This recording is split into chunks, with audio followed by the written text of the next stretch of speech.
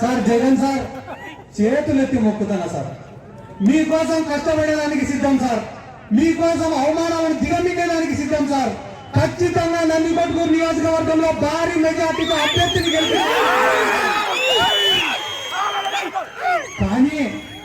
కానీ వచ్చే 5 సంవత్సరాలన్నా శత్రువుని తొక్కి కార్యకర్తని కాపాడేదానికి అవకాశం ఇవ్వమని చెప్పి నేను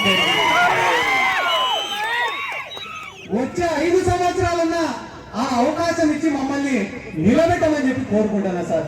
ఎందుకంటే 4 సంవత్సరాలు అధికారమేమో ఎవడు అనుభవిస్తున్నాడు, కష్టమేమో మనం చేస్తున్నాం.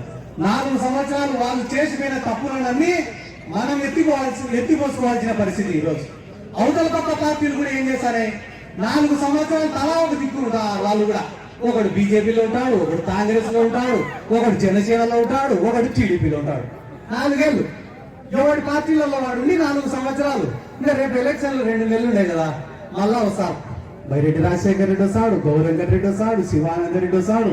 ఇప్పుడు కొత్తగా మొన్న పోయిన తాజా మాజీ ఎమ్మెల్యే వస్తాడు.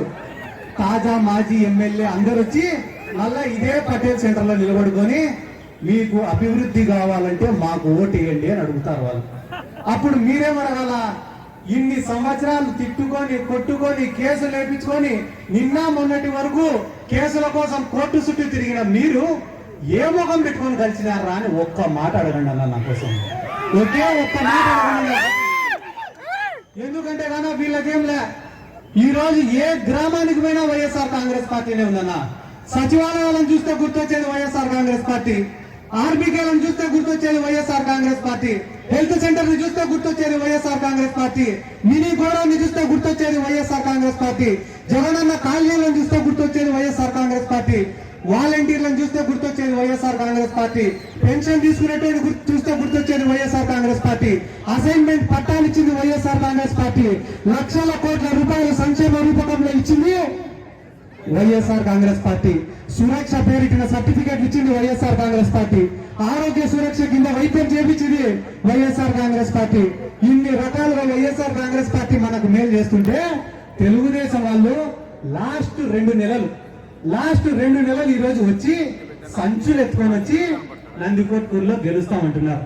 అది అయ్యేది లేదు, పోయేది లేదు, వాళ్ళు వచ్చేది లేదు, సచ్చేది లేదు.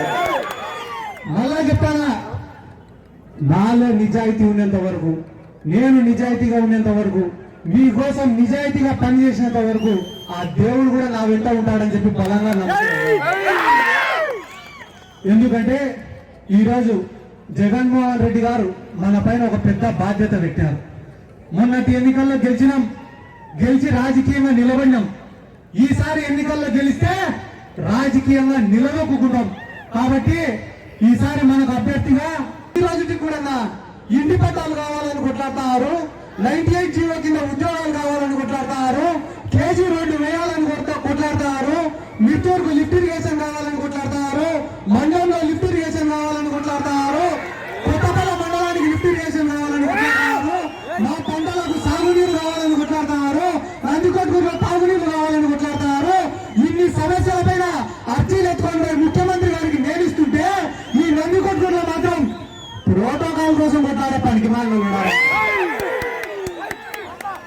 పొద్దున్న లేచినప్పటి నుంచి తప్పుడు ప్రచారాలు, తప్పుడు కూతలు.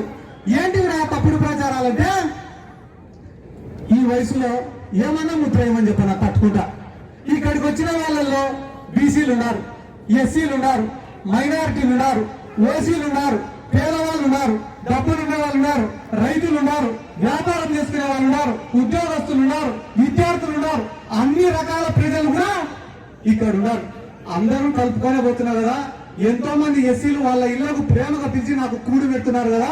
అటువంటి తరుణంలో ప్రేమ ఉన్న ఈ నియోజకవర్గంలో, అంత ప్రేమ ఉన్న ఈ నియోజకవర్గంలో సిద్ధార్థ రెడ్డి గారు దళిత ఎమ్మెల్యేకు అవమానపరిచినాడని చెప్పి రాష్ట్రం అంతా ఊదరగొట్టినారు ఈ ఎదవాళ్ళు. ఒక్కటే మాట చెప్తానా, గుండెల మీద చేసుకొని ఒక్క నిమిషం ఆలోచన చేయండి. గడిచిన 5 సంవత్సరాలు, పోయినసారి ఎన్నికల్లో ప్రతి గడప తిరిగిన, ప్రతి ఊరికి వచ్చిన, ఒక్కొక్క ఊర్లో 10 మీటింగులు పెట్టినా, వైఎస్ఆర్ కాంగ్రెస్ పార్టీకి ఓటేమని అడిగినా, ఫ్యాన్ గుర్తుకు ఓటేమని అడిగినా, కానీ అధికారం వచ్చిన రోజు నుంచి ఈ రోజు వరకు మీ గ్రామాలకు నేను ఒక్కసారైనా వచ్చినాను?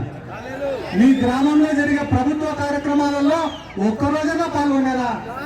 ఏ రోజైనా ఎమ్మెల్యే వచ్చినప్పుడు అదే కార్యక్రమానికి అటెండ్ అయ్యి ఆ ఎమ్మెల్యే యొక్క హక్కులకు భంగం కలిగించినారా? రాలే. రాకుంటే ఏమో సిద్ధార్థ రెడ్డి కనపడడంలే, వస్తే ఏమో ఎమ్మెల్యే ప్రోటోకాల్ కి ఆటంకం కలిగించినాడని మాట్లాడుతున్నారు. నేను మహా అంటే 10 కార్యక్రమాలకు అటెండ్ అయ్యిందా? ఆ 10 కార్యక్రమాలకు కూడా ఎందుకు అటెండ్ అయినా తెలుసా? నేను మిట్టూరుకు అనిల్ కుమార్ యాదవ్ గారిని పిలుచుకొని వచ్చిన. దేనికోసం పిలుచుకొని వచ్చిన? ఆయన ఇరిగేషన్ శాఖ మంత్రి. అన్నా, నువ్వు ఒక్కసారి వచ్చి మా మిట్టూరు మండల పరిస్థితి చూస్తే నువ్వు ఒక లిఫ్ట్ ఇరిగేషన్ శాంక్షన్ చేస్తాడేమో అనే ఉద్దేశంతో ఆయనను మిట్టూరుకు పిలుచుకొచ్చినా తప్ప నాకేదో ఫోటోలకు పోజులు ఇవ్వాలనో, సోషల్ మీడియాలో పెట్టుకోవాలనో, విలేకరులకు పోజులు ఇవ్వాలనే ఉద్దేశం నాకు లేదు. మినిస్టర్ ఆర్కే రోజా గారిని పిలుచుకొని వచ్చిన నందికొట్కూరుకి. ఎందుకు పిలుచుకొని వచ్చిన? నేను స్పోర్ట్స్ అథారిటీకి చైర్మన్ ఉన్నా కాబట్టి 2 ఇండోర్ స్టేడియంలు నిర్మించినా కాబట్టి వాటి ఓపెనింగ్లకు ఆర్కే రోజా గారిని పిలుచుకొచ్చినా తప్ప వేరే ఒక 5 నుంచి 10 కార్యక్రమాలకు తప్ప ఏ కార్యక్రమానికి కూడా నేను హాజరు కాలే. ఆ 5 కార్యక్రమాలు 10 కార్యక్రమాలలో కూడా శిలాఫలకాలలో ఎమ్మెల్యే పేరుంది. ప్రోటోకాల్ ప్రకారం ఎమ్మెల్యేను పిలిచినారు. కానీ మనకేం కావాలా? సానుభూతి కావాలా, సింపతి కావాలా. అయ్యో పాపం ఎమ్మెల్యేని ఎవడు పిలిచలేదని అనుకుంటే మళ్ళా ఒకసారి మీరు టికెట్ అడగచ్చని చెప్పి ఒక జాలి సృష్టించుకొని ప్రజలను నమ్మియాలని అనుకున్నారు. ఏం తిక్కోలా ప్రజలు ఏమన్నా? నిన్న రాక మొన్న చింతలపల్లెలో తెలుగుదేశం పార్టీ వాళ్ళు పోయి ఒక రోడ్డు వేసి ఆ రోడ్డుకు ఒక శిలాఫలకం పెట్టుకుంటే దాంట్లో ఎమ్మెల్యే పేరు లేదు, ప్రోటోకాల్ ప్రకారం ఎవరి పేరు లేదు. ఎందుకన్నా ఎవడు మాట్లాడలే? కుల సంఘాలు ఎందుకన్నా ఎవడు మాట్లాడలే? ఎందుకు మాట్లాడలే అంటే శివానందరెడ్డి కాడ, గౌరవ వెంకటరెడ్డి కాడ, బైరెడ్డి రాజశేఖర రెడ్డి కాడ డబ్బులు ఉన్నాయి కాబట్టి. సిద్ధార్థ రెడ్డి దగ్గర ప్రజల ప్రేమ తప్ప డబ్బులు లేదు. ప్రోటోకాల్ ప్రోటోకాల్ ప్రోటోకాల్ అని అంటున్నారే. 2014లో ఇక్కడ ఐజే గారు ఎమ్మెల్యే అయినప్పుడు లబ్బి వెంకట స్వామి గారు డబ్బులు ఖర్చు పెట్టుకొని ఎమ్మెల్యేగా ఓడిపోయినాడు. ఓడిపోయిన తర్వాత ఇన్ఛార్జ్ గా ఎవరు ఉండాలా? లబ్బి వెంకట స్వామి గారు ఉండాలి. ప్రతి శిలాఫలకంలో పేరు ఎవరు ఉండాలా? లబ్బి వెంకట స్వామి గారు ఉండాలి. కానీ ఏం అధికారం ఉందని చెప్పి శివానందరెడ్డి పేరు వేశారు ప్రతి శిలాఫలకంలో. ఆ రోజు నందికొట్కూరు నియోజకవర్గంలో కానీ జిల్లాలో కానీ ఏ ఒక్క దళిత సంఘం కూడా మాట్లాడలే. ఎందుకు మాట్లాడలే? ఎందుకంటే శివానందరెడ్డి దగ్గర హైదరాబాద్ నుంచి ఎత్తుకొచ్చిన మూటలు ఉన్నాయి కాబట్టి. ఎందుకంటే వాళ్లకు వీళ్లకు ఒక అండర్స్టాండింగ్ ఉంది కాబట్టి. నాకేమో సదన్నా, మీరందరూ సంతోషంగా ఉన్న రోజున, మీరందరూ స్వేచ్ఛగా ఉన్న రోజున, మీ పనులన్నీ సక్రమంగా అయిపోయిన రోజున సిద్ధార్థ రెడ్డి గారికి ఇక్కడికి వచ్చి రాజకీయం చేయాల్సినటువంటి అవసరం ఏముంది?